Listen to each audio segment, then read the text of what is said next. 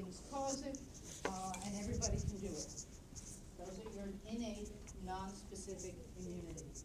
Specific immunities involves the lymphocytes. The lymphocyte population and lymphocytes have to be exposed to an antigen. They have to get upset.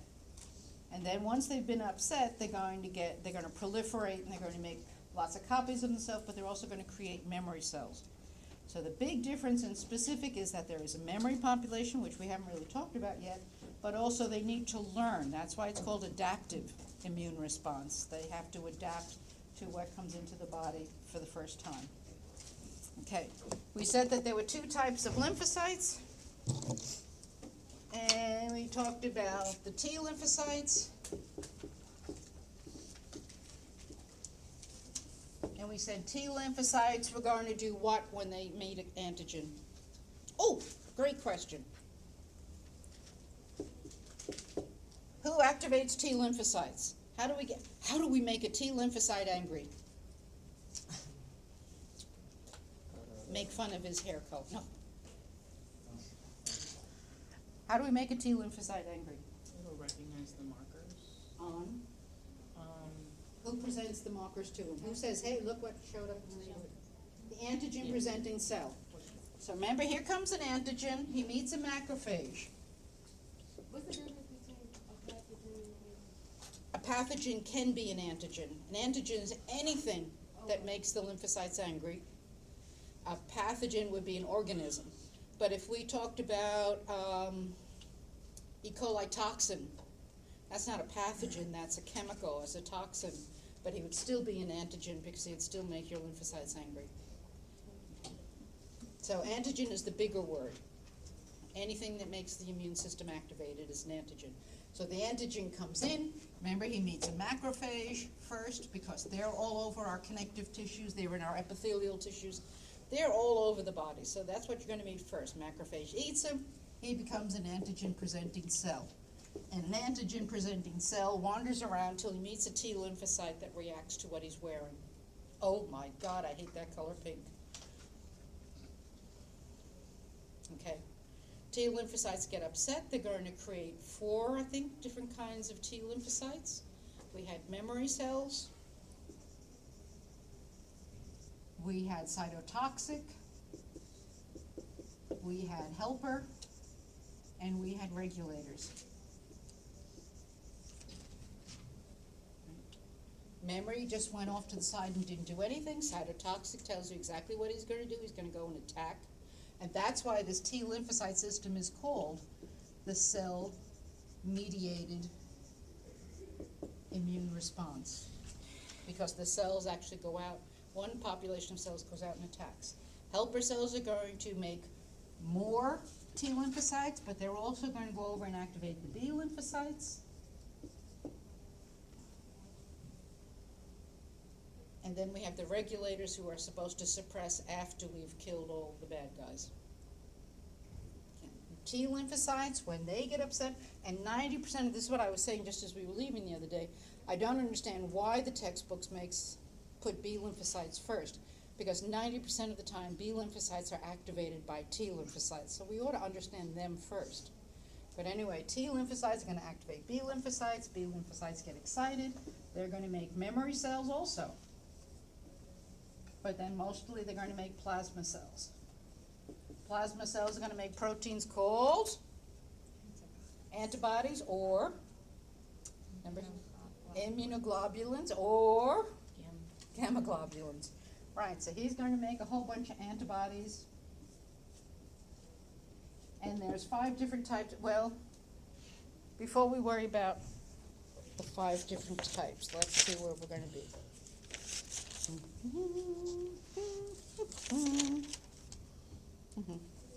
What do antibodies do for a living? They're going to do one of a couple of things, depending upon the antigen.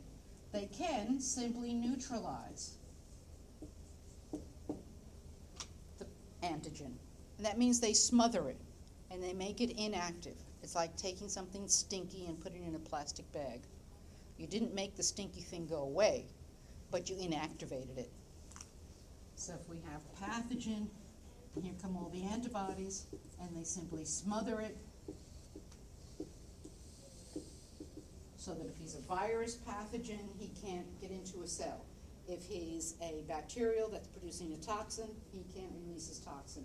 So we've just inactivated him, we've neutralized him, is one thing that we can do. And the second thing we can do, I want to use the right words. Okay. This diagram should look familiar because by neutralizing, what we're also doing is we use the term opsonize. Opsonize means we're going to make it attractive to the general phagocytes. Remember my image of making M&M cookies on the cookies to make them edible, kind of thing. So by studying the surface, we've stopped the pathogen from doing any damage, but we've also told the general phagocytic cells, hey, this is worth revisiting. And the best example of something like that is your tuberculosis bacteria. Remember from micro that the tuberculosis bacteria avoids being phagocytized because he's got that big waxy coat on him. And so most phagocytic cells don't want to eat him. But because he's studded with antibodies, the phagocytic cells will come over and eat him. Okay. The other one was we're going to activate complements.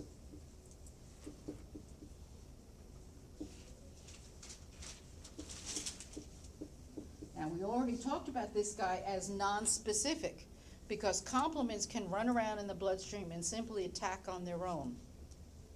But sometimes the B lymphocytes can push the complements into becoming activated. And remember what complements do. If we activate the complements, they'll go over and either lyse the pathogen, chop him up into lots of little pieces, or again, he'll opsonize.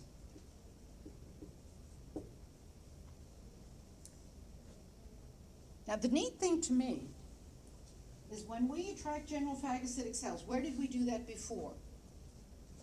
Where did we attract general phagocytic cells before?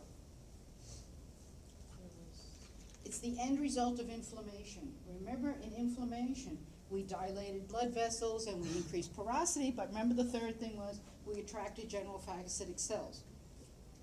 We make a big deal about the immune system, but the bottom line is that the immune system really focuses your inflammation response and says, hey, in case you didn't notice, we got an infection here. Let's get all the phagocytic cells. So the big thing about the immune system, number one, it saves your life by bringing in the phagocytic cells, telling them what to do, where to go, focuses their attention.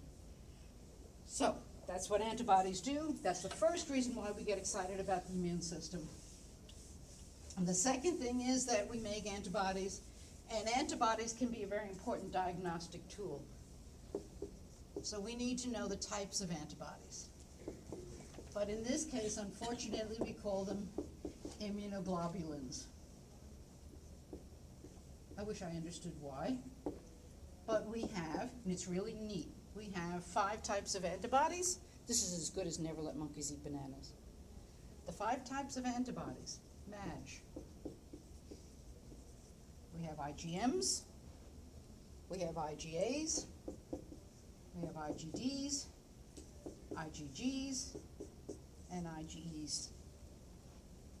Each of them has their own characteristics, so that if you take someone's blood plasma and spin it down, they will actually separate into layers because they are slightly different weights. So when you take someone's blood and you want to do an antibody titer, you can spin down the plasma and look for the amount of your specific antibody. Okay, IgMs are important because they're the first ones produced when there's an invasion. They're not very long-lived, but if you draw blood on a patient and they have a lot of IgMs, you know that their sniffles is not a chronic infection. It's something that just happened to them, okay? So IgMs are going to tell us that it's new. IgAs, once they're secreted, they like to live in mucus. They like to live in body secretion, so mucus, saliva. I saw that on television again the other night, where someone talked about licking wounds or letting their dog lick their wounds. Don't do it! Saliva is not that healthy. Tears, but most important to us is mother's milk. So this is one of the two types of antibodies that will cross over into a newborn. This goes across, this is the antibody that babies are going to get if they are allowed to nurse. IgDs are simply there to help activate B cells. So they're not going to play any direct role. IgGs, on the other hand, are the long-lived ones. Okay, they're going to live the longest. They're the largest. So that if you go in for lab testing, it's usually IgGs that they're counting or looking for. And IgGs are also important because they can cross the placenta. So a baby gets two types of antibodies. One because it can cross the placenta, one because he's going to get it from mother's secretions. And the last one, IgEs, are found lining the respiratory and digestive systems. Once they are secreted, those proteins are usually deposited along the respiratory and digestive lining. Now, why they're important is because remember that allergies are overactive immune responses. So what we're thinking is that people who have food allergies or respiratory-related allergies may be having a problem with overreactive IgE populations. But we have a problem. We don't want to suppress all antibody production. If we could figure out how to suppress maybe this type of antibody production in those people, but still give them the protection of the first set. But anyway, we know that these seem to be the ones that are most involved in allergy reactions. Okay. First reason why the immune system is important, because it's specific, it focuses the general phagocytes onto where the problem is. But the second thing, and we argue about this at home periodically,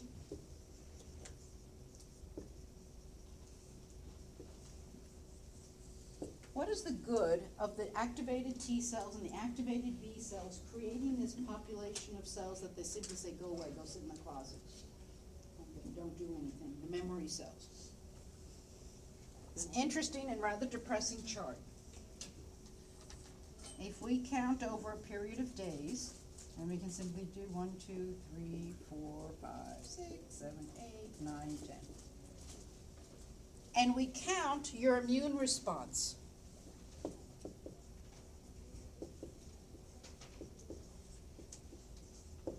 Now, how are we going to measure that? What we usually do, the easiest way to measure your immune reaction is to measure the antibodies in your bloodstream. So first of all, realize that that's a relatively indirect way of doing it. But we're talking about actually measuring the amount of antibodies.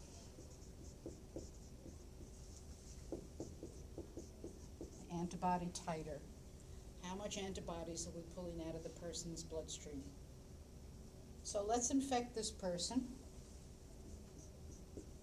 And what's interesting is in monitoring them, we see absolutely no antibodies produced until day 3. At day 5, we have enough antibodies to actually significantly fight the infection. But we don't maximize until we're at day 7. So there's no reaction, no noticeable reaction until 3. And then we stay at our maximum level for about 21 days. And then we start to see a decline. The first time your body meets a specific antigen, this is the pattern we're going to see. It takes the body at least 3 days to get its act together, 5 days to have any significant protection. So beware if you ever get a vaccine. It's taking 5 days for your body to, don't go jumping into whatever right away. 7 days to get your maximum antibody reaction. Because this is the first time we saw the antigen, we call this your primary immune response. primary immune response means it's the first time your T and B cells got activated. Now, So you said they buy when we first we have enough to actually fight. So that whole thing is the primary response? Yes, your primary immune response, we won't see any noticeable numbers till 3, significant at 5, and maximizing around 7. So, looking at this, if we all got exposed to Ebola virus, we'd be dead. Ebola virus kills in 24 to 48 hours, kind of thing. However, if you survive, the second time your body sees the same antigen, within 24 hours, the number of antibodies in your bloodstream is more than you ever had before. It lasts longer before it drops. This is your secondary immune response. Secondary should really be called subsequent, because it's any time. The second time your body sees the same antigen, if you survived the first time, what you have is memory cells. If you remember the diagram, for every T cell or B cell that got activated, they make hundreds of memory cells. And those memory cells are already angry. So the next time that same pathogen comes into the body, he's got hundreds of angry T and B cells ready to attack. We call them memory cells. I think we should call them grudge cells myself, kind of thing. Just reminded me the other day, being such a wonderful person, I have a list, kind of thing.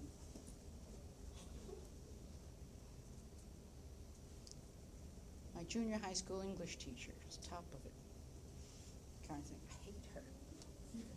She's probably dead at this point, but it still feels good to hate her. Anyway, so these are memory cells. So if I ever met her again, I would immediately produce antibodies. She'd be dead in 20. I'm just telling you now. She'd be dead, kind of thing. But anyway, that's what the secondary. It's caused by memory cells. Memory cells give us the ability to have this rapid, strong secondary immune response.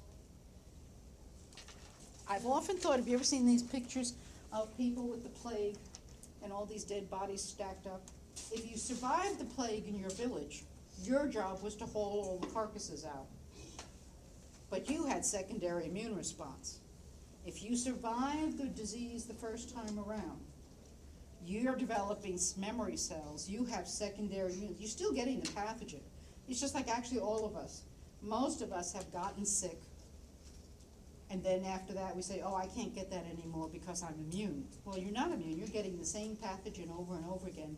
But because your body has immune cells, they attack so fast within 24 hours you don't have time to develop symptoms.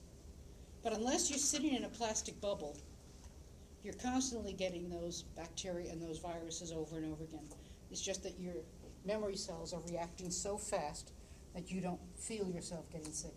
Could that ever be weakened? Like, I know some people say that, like, they're not allergic to something, but then later on they are. Like, Right. How does, would that? We don't understand how allergies do that.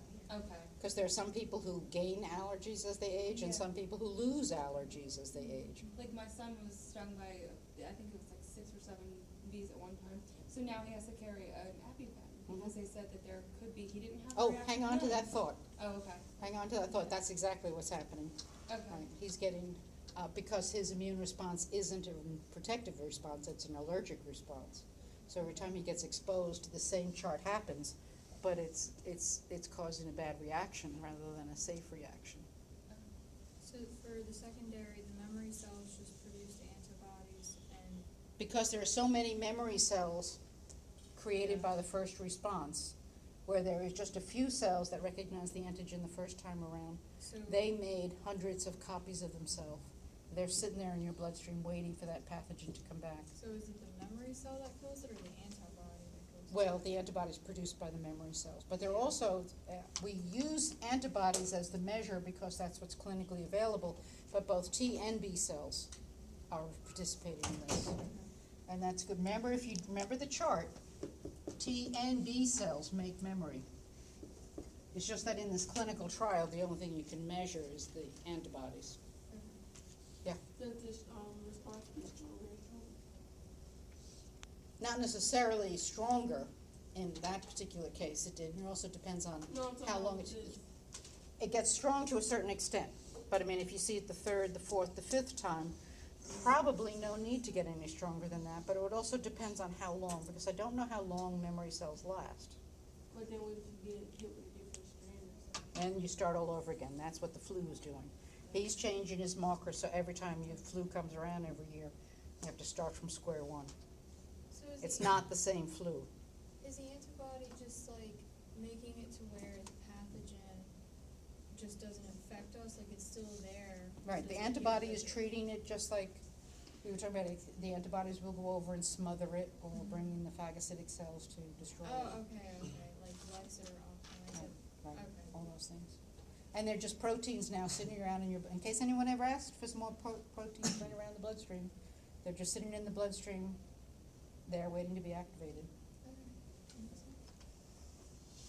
Okay, so, if we keep this primary and secondary, so what I was worried about is phraseology. So we've talked about cell-mediated immune response, antibody or humoral-mediated immune response. Now we have primary immune response, secondary immune response. And the next group of vocabulary is types of immunity. What was the one right before him?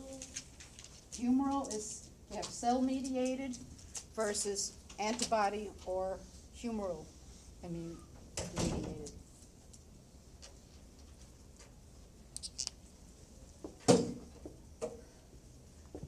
This I know nursing goes crazy with. Types of immunity. We can have active immunity. And active immunity means that you meet the antigen.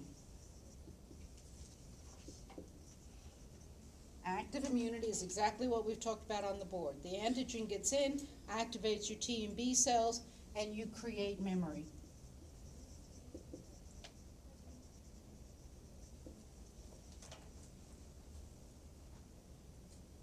So the problem with active immunity is it's going to take you 5 to 7 days to develop it.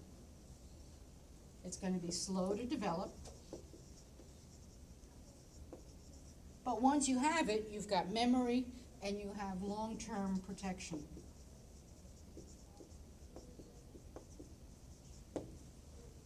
Okay, active immunity, you met the path, you met the antigen, and you reacted to it. Passive immunity means when you get preformed antibodies. You receive preformed antibodies from something or somebody else. Okay? Now, if you already got the antibodies from somebody else, your body's not doing any work, so that's why we call it passive. As soon as you get the antibodies, you have rapid protection. But you never develop any memory. Your T and B cells are still sleeping someplace. You don't develop any memory, and therefore it's short-term protection.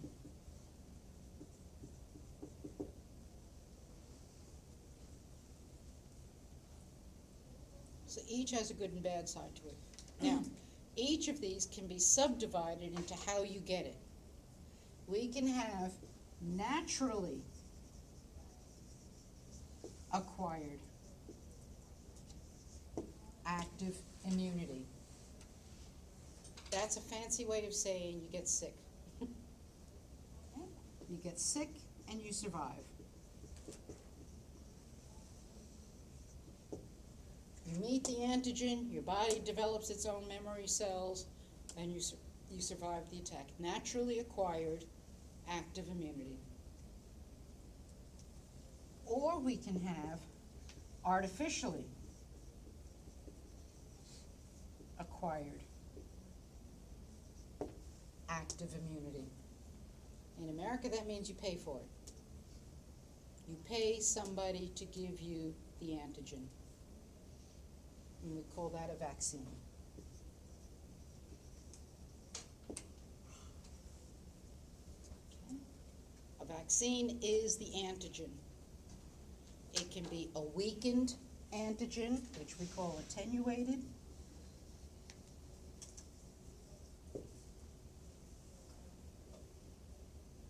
It can be a dead vaccine, which we've killed the antigen and we're just reacting to its carcass. Or it can be a subunit vaccine, which means that we took pieces of the antigen, just enough to wave in front of the B cells and the T cells, ooh, look who is here, kind of thing. It's not the antigen itself. It's just a piece that was enough to make the T and B cells think that they were infected. Okay, but all of those are artificially acquired. You went to someone, they gave you the antigen. They gave you the vaccine. We think that this is the best because it gives the most real life experience to your T and B cells. So if possible, attenuated is the way to go. It gives you the strongest, most consistent response. Problem with attenuated vaccines is that they usually require refrigeration. Attenuated, we okay? Okay. Attenuated means that you have to refrigerate it, which means we can't go around distributing it throughout the world. Attenuated also has a slight possibility, since they're not dead, of having some mutation or variation which can cause some kind of a reaction. Dead vaccines, dead antigen vaccines, are not as strong, not as realistic an attack, but they don't require refrigeration, so it's easier to distribute. Because it doesn't give as strong a response, we usually have to go through a series or a set of booster shots. So there's good and bad to each type. The subunits are really the way to go because there's no way in heck that you can get a reaction to it. There's no way you can get sick from a piece of the antigen, but they're just the more expensive and the more complicated to create because we have to learn how to get in and break up the pathogen and take the pieces. Yeah. All of our dead viruses or dead vaccines we use in the pharmacy, they're all refrigerated. Mhm. So our flu, hepatitis, Tdap, everything we use is refrigerated. And so are our live ones, but our dead ones we don't. Probably more because of the suspension that they're in than the organism itself, because you do realize that the term dead virus is an oxymoron, which I've always loved. But I think it has more to do with the preparation than the actual thing itself. Okay, so we have vaccines, but remember, vaccine is artificially acquired active immunity. You're seeing the antigen in one form or another, and your T and B cells don't know the difference. They get hysterical. Our passive means that we're getting antibodies from somebody. Now, if we get it naturally acquired, passive immunity, you get that from mom. You're getting her preformed antibodies, either through her milk or across the placenta. Naturally acquired antibodies from somebody else. Be careful with the other one. Artificially acquired means I paid for somebody else's antibodies or something else's antibodies. And you're injected with them, but it is not a vaccine. Watch that word on an exam. A vaccine only means you're getting the antigen. This means that you're getting gamma globulin. When you get a gamma globulin, it is not a vaccine. If you're getting a toxoid, it is not a vaccine, kind of thing. You're not getting the antigen itself. Okay, now, this is interesting because artificially acquired, when I said depends on who or what you get it from, tetanus vaccines used to only be good for 1 to 3 years because the antibodies were gotten from a horse or a pig.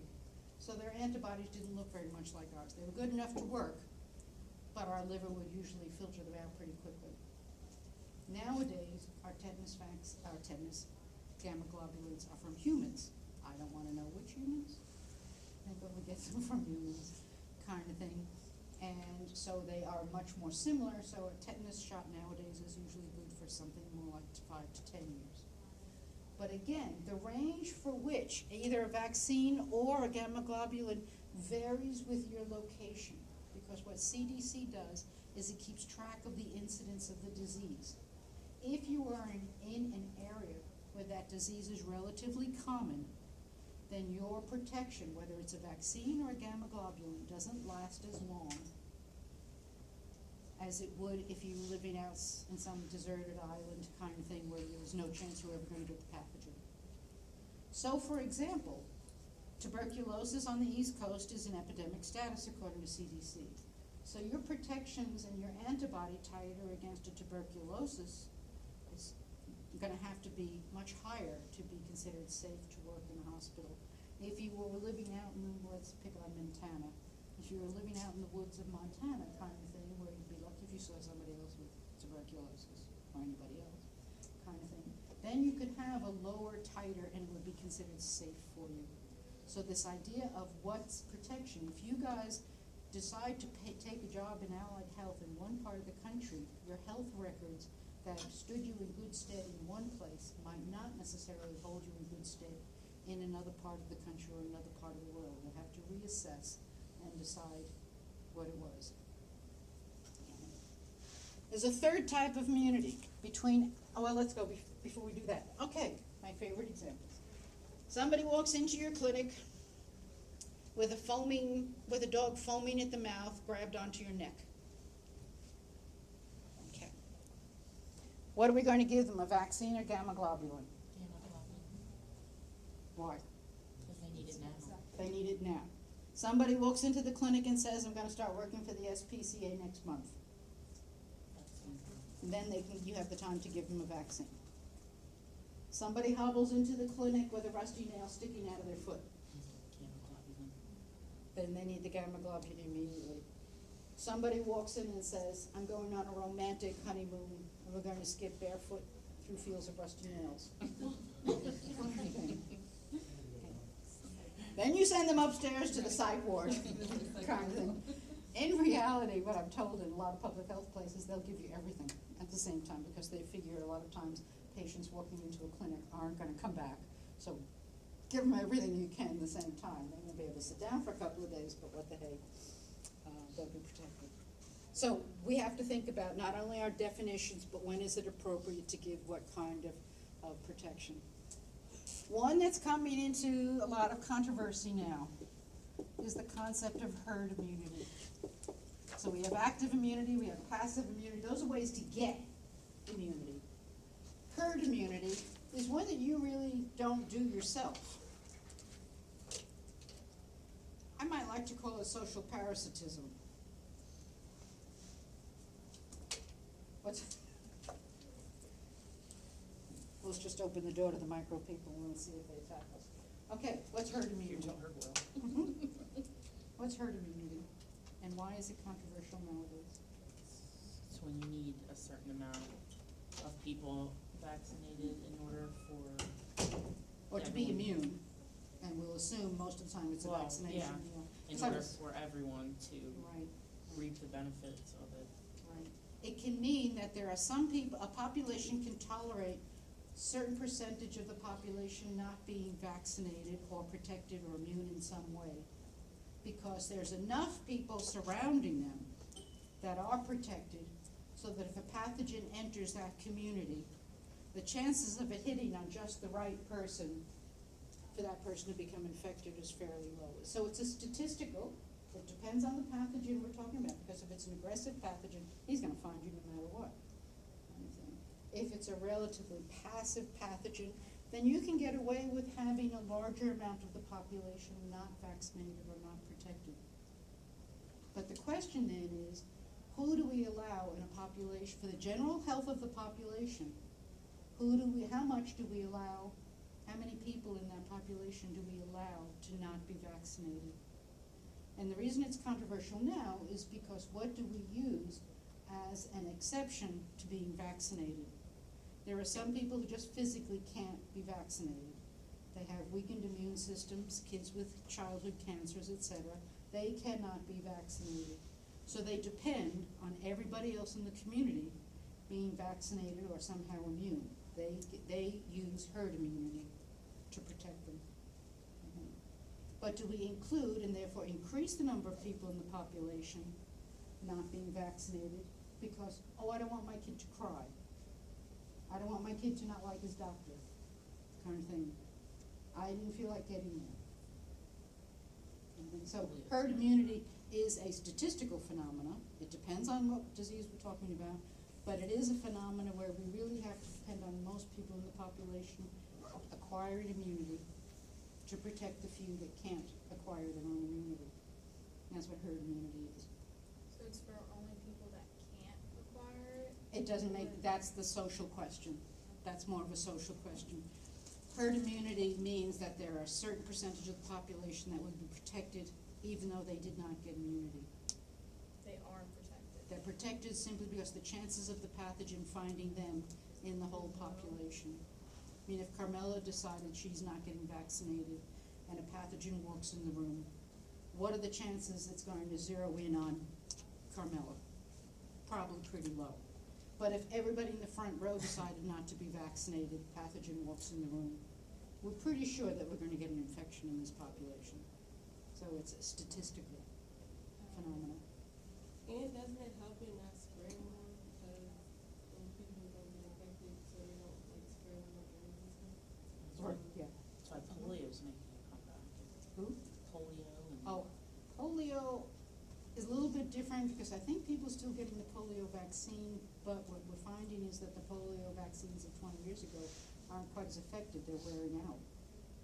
Kind of thing. So that there's that, but I mean, then you also just have in different communities. That's why different communities are passing laws that say, no, we're not going to accept this explanation for not being vaccinated. On the third hand, we have to realize that we carry some social obligation. A couple of years ago, they all got excited because the statistics in Baltimore City where the number of kids going to school on the first day not being vaccinated was something like almost 50%. But then you stop and you realize, and I grew up in one of these environments, so I feel the pain kind of thing.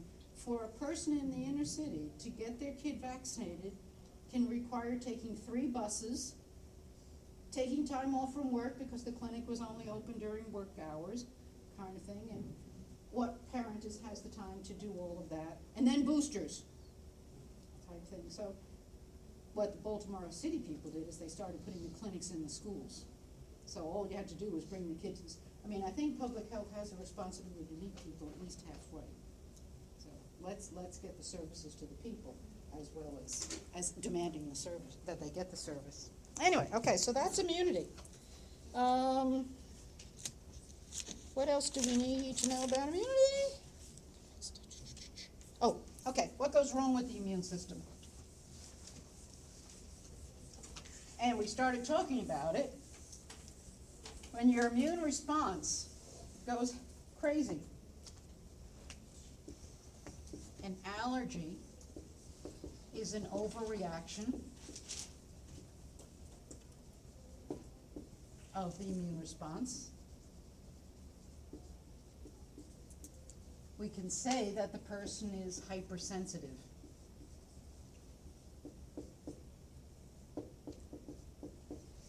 So another name for allergy is a hypersensitivity.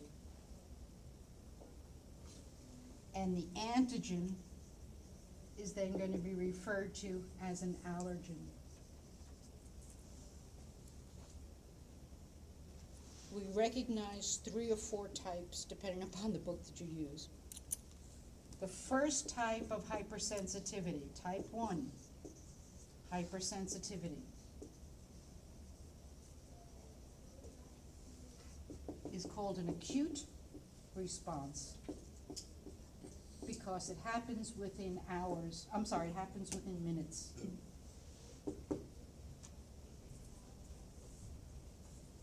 Yeah? Would, if somebody has a really super sensitive skin, literally if they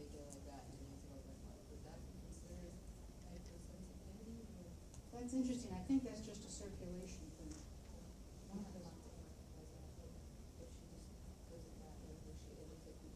Yeah. I think that has more to do with simply circulation sensitivity. Unless there was more of a how long it lasts and things like that. Yeah, so, okay. But a type 1 hypersensitivity, we all know about, that's the anaphylactic shock. That's where the person immediately ends up with systemic inflammation, all of the blood. Now remember, systemic inflammation. Remember inflammation, we vasodilate and our capillaries become porous. So when that happens to the whole body, your blood pressure drops so that you pass out, kind of thing. So what happens with anaphylactic shock, it's an extreme and sudden drop in blood pressure. A type 2 and 3 hypersensitivity usually takes hours for a reaction. I don't find a whole lot of references to that, but the best example I consistently find is that if you have a blood type mix.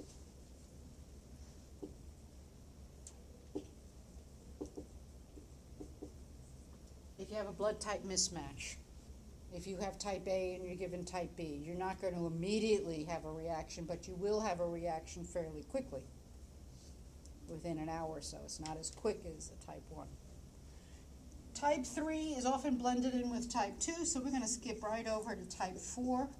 And type 4 is going to be called a delayed hypersensitivity.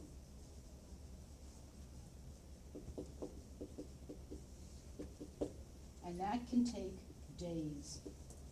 So we have reactions that can happen in minutes, reactions that can happen in hours, and reactions that can happen in days.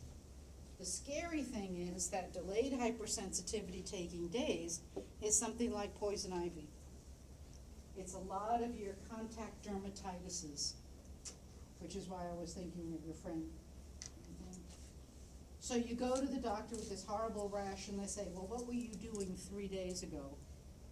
And I don't know about anybody else, but that would be a scary question for me, kind of thing. Well, I'm pretty sure I was in the United States. Did you try anything new? You know, like in the last 3 days? Maybe, yeah. What about like antibiotics that you may not show a problem Okay, hang with? on to the thought. Okay. Hang on to that thought. Because, let's look, yeah. Is that what happened with some bug bites and stuff? Let's go back for a second. Let's take a look at these 3 reactions. Ones that takes minutes, ones that take hours, and ones that take days.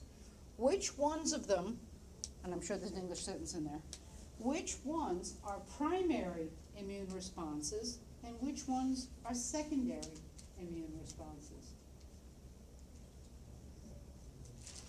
Remember, primary takes 3 to 5 days to have a reaction. So he's the only one that means this is the first time your body saw it. This is a primary immune response. Your body saw it and it took about 3 days for them to go, oh my goodness, what are you doing? The other 2 are secondary immune responses because they happen so quickly. So when you have a blood type mismatch, you've had some sensitivity created already. When you have a severe bee sting, you got stung before. The first time wasn't so bad. You just went, oh, more inflammation than normal. The second time, oh, look, my whole arm, kind of thing. But you got increasingly more secondary immune response. So I find that interesting that this first and second are really means that you've seen that pathogen or that antigen or that problem before, and you just either didn't notice it or blew it off because, oh, everybody gets a mosquito bite that swells up. Kind of thing. Yeah. So that would be like somebody, like a woman I was with, she, and just developed an allergy to chocolate and like calories. And that's where we wonder, now see, that's where I say we don't understand allergies because certainly she's seen chocolate or whatever more than once before in her life. So we don't understand what it is, and we think what happens in those situations is that your lymphocytes have changed so that what they were recognizing, they're not recognizing anymore. Like people who change their hair color don't get recognized, and so we attack them. But allergies, we don't. Okay. Allergies, we don't quite understand how people grow in and out of them. But that's what allergies are, is they're simply an immune response that's going crazy. And depending upon your history, but when you went back to the antibiotic kind of thing, that's one of the questions they ask is, are you allergic to antibiotics? But the question is a false question in the sense that, well, I don't know if my body's gonna do it for the first time with you. I think if I've never had a penicillin or a so-and-so kind of thing, oh, let's all find out kind of thing. So, allergies is one reason why the immune system can have a downside to it. Another is, and similar to it, and some people actually put this as a type 5 allergy, and that is, or a type 5 hypersensitivity, and that is autoimmune conditions. In an autoimmune condition, your lymphocytes suddenly decide that something that was normal now needs to be attacked. When self-tissue is attacked by your lymphocytes. So it's an auto. It's not something that came from the outside. It's your own tissue all of a sudden doesn't look right to your T and B lymphocytes, and we're going to react to it. So, for example, lupus is when different types of connective tissue all of a sudden don't look right to the lymphocytes. This is this is one of the most complicated, because we have, if you remember back in AMP1, we have so many different kinds of connective tissues that everybody in the front row could have lupus but have a slightly different variation of expression because there are so many different kinds of connective tissues reacting to it. Some types of diabetes. The islets of Langerhans all of a sudden don't look right. So we start to destroy them and your body doesn't produce insulin. Some types of arthritis, the synovial membranes, don't look right, and your lymphocytes start to destroy them.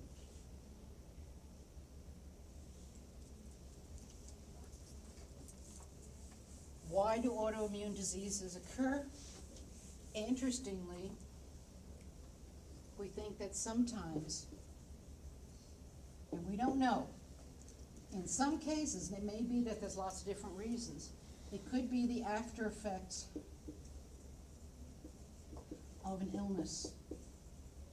And the classic example there is strep throat. We don't really care if you have a sore throat. But if your sore throat is caused by Streptococcus pyogenes, it's a bacteria that starts to move to other parts of the body, produces a toxin, and that toxin changes the markers on your heart tissue, it changes the markers on your synovial joints, and as an after effect, or what we call a sequelae, as an after effect of childhood strep throat, you can end up developing an arthritis or a heart condition. So we try to cure strep throats as compared to any other sore throat. We try to diagnose and get rid of it as quickly as possible so the toxin doesn't have a chance to move to other parts of the body. But that's one type of an autoimmune condition, where a disease modifies your body's markers, etc. A very interesting study shows that sometimes autoimmune diseases run in the family, but in an interesting way. One person in your family may have diabetes, one person may have arthritis, and a third person might have lupus in a history. You know, your grandfather had this, your mother had this, and your brothers have this. But it's different. So what we're thinking is that sometimes when we study autoimmune diseases, we shouldn't be looking at the specific conditions.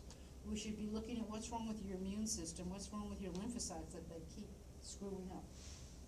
So is the problem in the lymphocyte population, not in the joint tissue or whatever tissue we were looking at? Then there's an interesting speculation. Autoimmune diseases are much higher in what we call developed countries.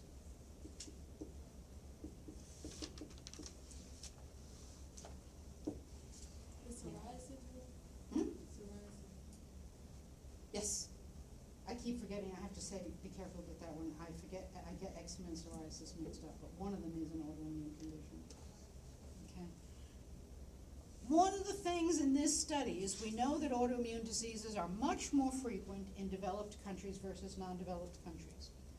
But the other side of the coin is that in countries with high rates of infectious diseases have very low autoimmune.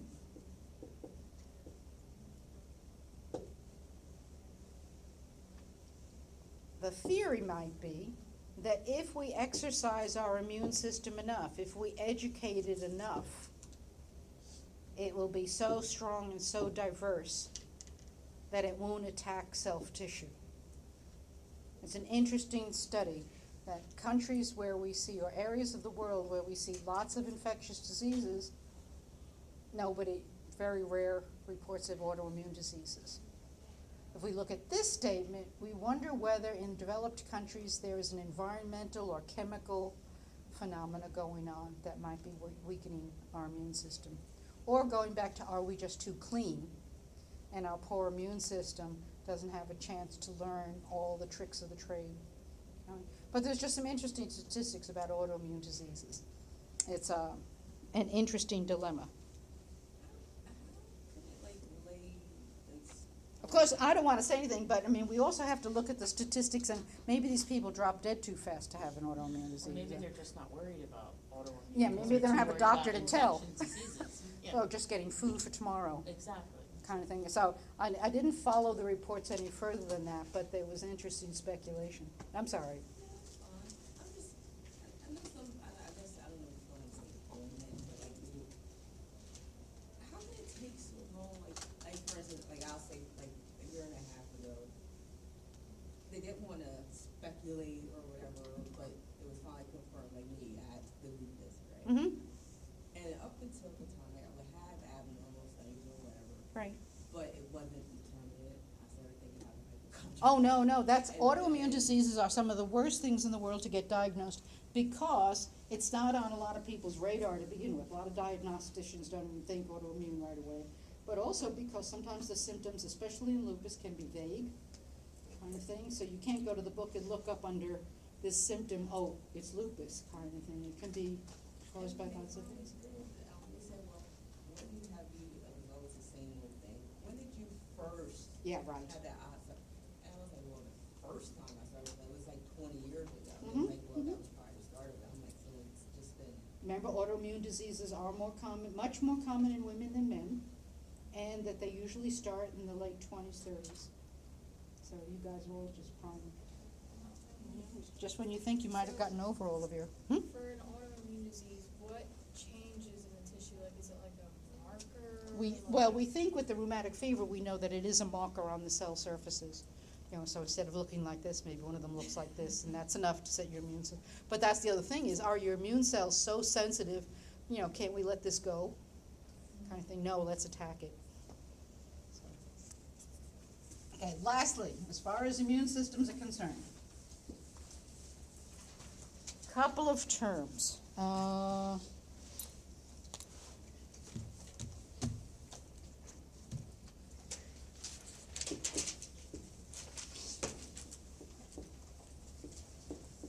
Well, first off, we hear a lot about the word immunocompromised.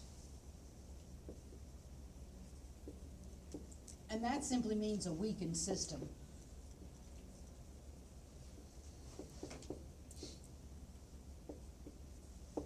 But in many cases, like the only thing you can really do with an autoimmune disease is either live with it or go through immunosuppression.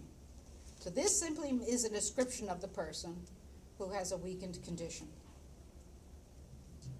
By the way, there's theory is that when you're pregnant, in order to tolerate that baby with all the different markers in you, kind of thing, that you are, while you're pregnant, immunosuppressed. A lot of women say they've never felt so healthy, kind of thing. I look at them strange, kind of thing. But we have to suppress the woman's immune system so that her immune system doesn't attack this thing that's developing. That's 50% somebody else's markers, unless you married your twin.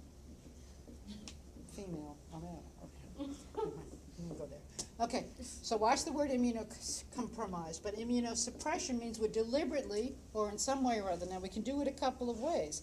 We can be immunosuppressed just because of environment. We can do malnutrition.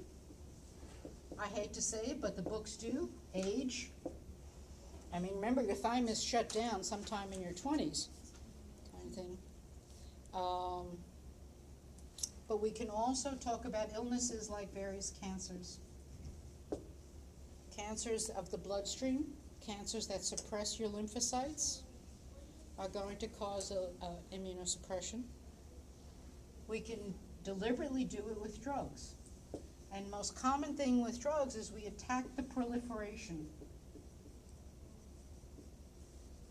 Remember, when both T and B cells are activated, they go through that stage of rapidly making copies of themselves. If we can give them a drug that suppresses that proliferation phase, we limit the immune response. Or, what's interesting,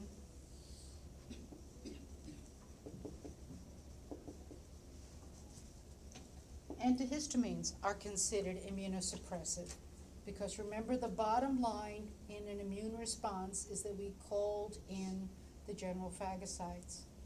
We had a systemic inflammation. So what we do if we do antihistamines is we're suppressing the body's natural inflammation or the end of an immune response. I did have one other term, and that is immunodeficiency. That's not being weakened, it's not suppressing, it's simply a lack of an immune response. And the reason I bring up immunodeficiency is you can get it congenital. A congenital immunodeficiency means that you're born with something lacking in your immune response. These are the kids that are born without some functional bone marrow. They're born without the ability to make lymphocytes.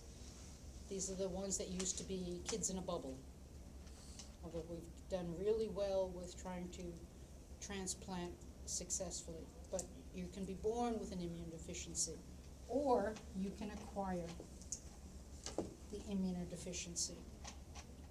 The reason we have to be careful with this one is that somebody with a leukemia has an acquired immunodeficiency. Right? Anybody that has a blood cancer has an acquired immunodeficiency. So when we say that somebody has AIDS, we have to be, that's sort of an overblown term, because an acquired immunodeficiency can be something like a cancer rather than an HIV infection. So please be a little bit careful with your terminology. Okay? But we have immunodeficiency, suppression, and compromised. Words that all sound similar.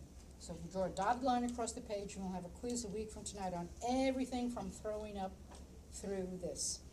Okay? Let's have a quick. So for the immunodeficiency, the acquired, it's just like Anything that caused you, chemistry. So like, what about like a burn victim that has to stay in a bubble? that would be more of an immunocompromised, because his immunity isn't destroyed, it's just busy. Okay, so everybody understands, a week from today, a quiz on all of the defense mechanisms.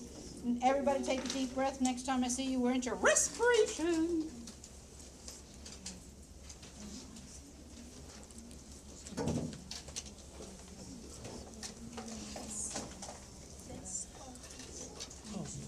Yeah, pick the right one. That's a nice one. I hadn't thought of that.